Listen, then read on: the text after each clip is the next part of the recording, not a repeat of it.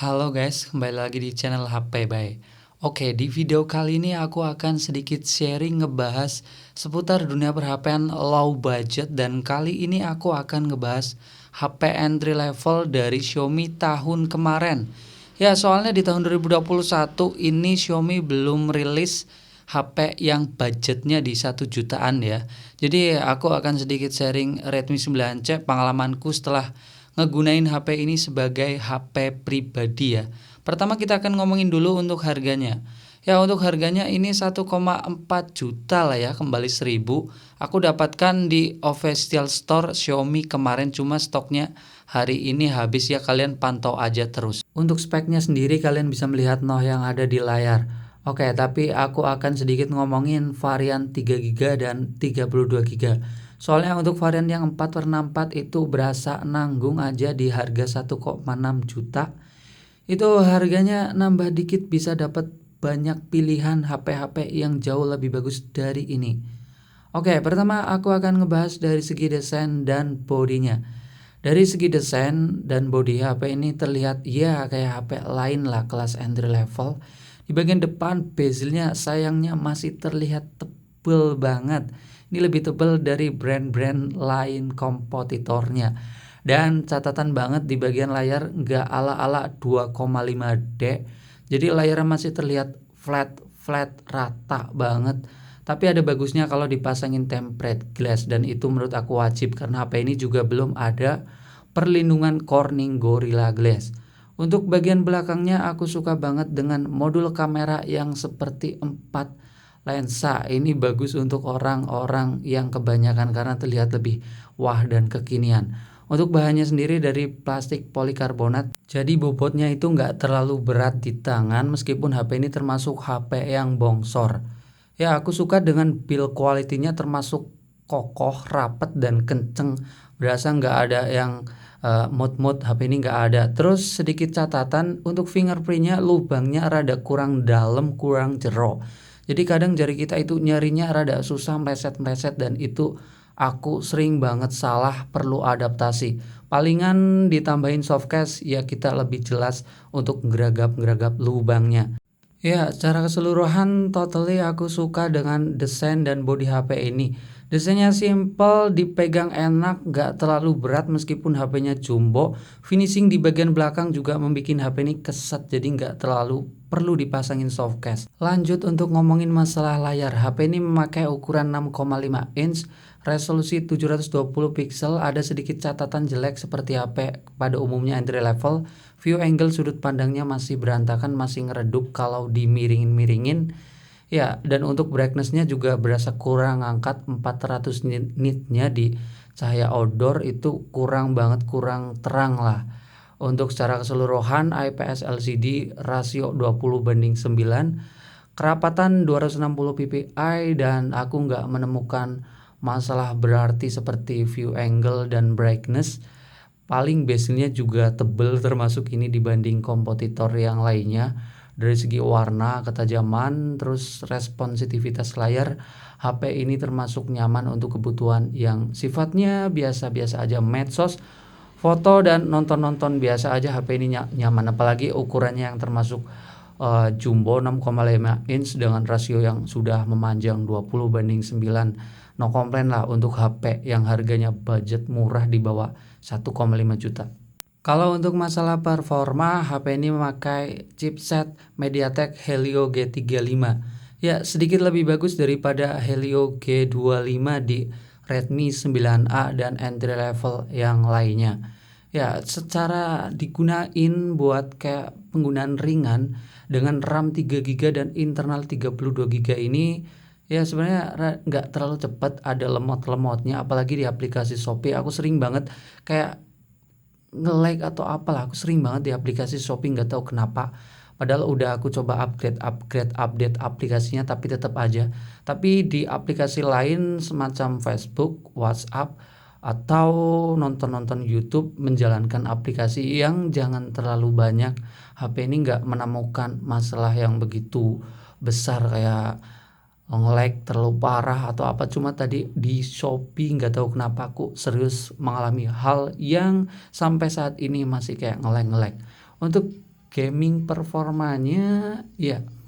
Untuk aku coba di main Mobile Legend di rata kanan sekalian. Sebenarnya kalau aku main HP ini Mobile Legend biasanya di grafik medium yang jauh lebih smooth. Kalau di rata kanan bisa, cuma kadang berasa patah-patah dan itu berasa nggak nyaman banget dan ngebuat performa kadang nge-lag kayak sedikit nge-fresh gamenya. Nge-fresh atau apa bahasa orang game ya, aku rada kurang apa itu kayak patah-patah lah. Dan HP ini juga termasuk bisa panas. Kalau dicoba rada lama ngegame, aku rasain ini panas guys. Tapi panasnya masih wajar, nggak kayak limbah Jepang yang sering aku bahas di konten ini. Ya, selanjutnya masalah kualitas audio speaker ini masih sedikit minus. Aku ngerasa di Redmi 8A Pro jauh lebih bagus. Ini kayak berasa kurang keras dan volumenya rada cempreng. Coba kalian dengarkan langsung.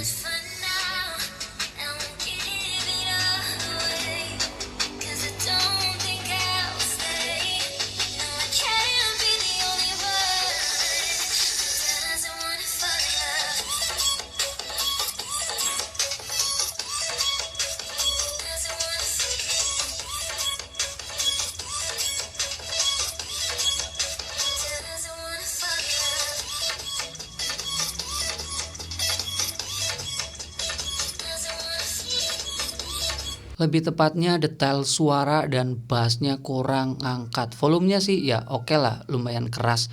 Tapi ya kita nggak bisa ngomong banyak untuk HP yang murah. Ya selanjutnya ini masalah kamera.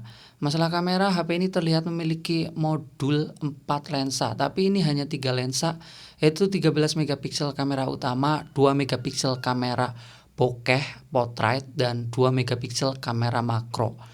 Untuk kamera depannya 5 megapiksel. Untuk kamera belakang kita kembali lagi lihat di sini menunya masih simple banget, tapi ada mode pro tadi dan ada mode makro ini buat foto deket-deket kayak foto serangga.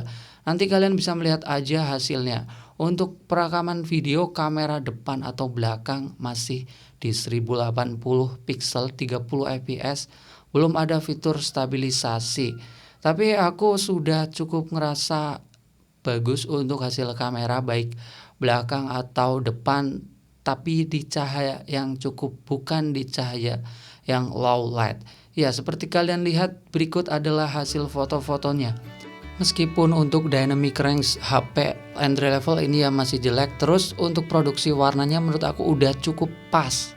Gak terlalu pucat, tapi gak terlalu lebay juga, meskipun kurang natural, susah banget ngomongnya. Untuk hasil bokehnya juga lumayan rapih, tapi gak banget. Makronya seperti kalian lihat ini bagus dan ya di harga segini sih ya ada makro. Untuk selfie-nya menurut aku di cahaya yang cukup bening, bokehnya juga di cahaya yang terang ya, cukup rapih. Warnanya juga terlihat gak aneh-aneh, gak lebay. Itu ada motor berisik banget. Terus untuk foto low light aku nggak bisa ngomong banyak. Untuk lensa biasa, kamera depan, belakang, potret menurut aku masih noise, detailnya masih berantakan dan kurang tajam. Untuk videonya gimana kalian nilai aja sendiri, ini ada sampelnya. Oke guys, dan ini adalah hasil kamera belakang dari Realme Redmi 9C. Ya di cahaya yang cukup terang. Ini kebetulan di gunung, jadi ya cahayanya terang banget. Dan ya untuk resolusi videonya 1080 pixel, cuma nggak ada fitur stabilisasi, jadi ya gambarnya guncang-guncang ya. Oke guys, dan ini adalah kamera depan dari Redmi 9C di resolusi 1080 pixel. Jelas nggak ada fitur stabilisasi ya karena HP entry level. Oh ya, ini aku tesnya di gunung, jadi cahaya benar-benar cukup. Oke, terakhir aku akan ngomongin masalah baterainya. Ya, dengan kapasitas baterai 5000 mAh, HP ini sebenarnya udah zona nyaman banget. Ya, aku sendiri ngegunain HP ini hanya penggunaan ringan, non gaming, tapi ini aku sendiri kaum rebahan pakai HP terus. Bisa sampai 2 hari. Sehari itu pasti lebih, kadang begadang sampai subuh. Itu juga masih sekitar 30%-an. Jadi baterai di HP ini sudah sangat aman untuk digunakan oleh kalian yang kebiasaannya di luar rumah ataupun tukang jalan, traveler atau pekerja outdoor. Ya, untuk pengecasannya sendiri HP ini masih USB tipe biasa bukan tipe C dengan 10 watt pengecasan ya. Tapi ngecas dari 0 sampai 100 sekitar butuh waktu 2 jam, nggak nyampe 3 jam, jadi nggak terlalu lama menurut aku. Ya, kesimpulannya untuk Redmi 9C ini, HP ini cocok buat kalian yang nyari paket terbaik di bawah 1,5 juta. Kalau di atas 1,5 juta udah perangnya rada susah karena ada Redmi 9, ada merek lain lah. Ya di bawah 1,5 juta menurut aku ini masih yang terbaik. Layar udah cukup gede, baterai gede, RAM-nya udah dapat yang 3 GB, chipset Helio G35 udah cukup. Dan ada tambahan lagi fingerprint dan 3 kamera belakang. Ya selebihnya kalian bisa komen dan kita ketemu lagi di video selanjutnya. Bye.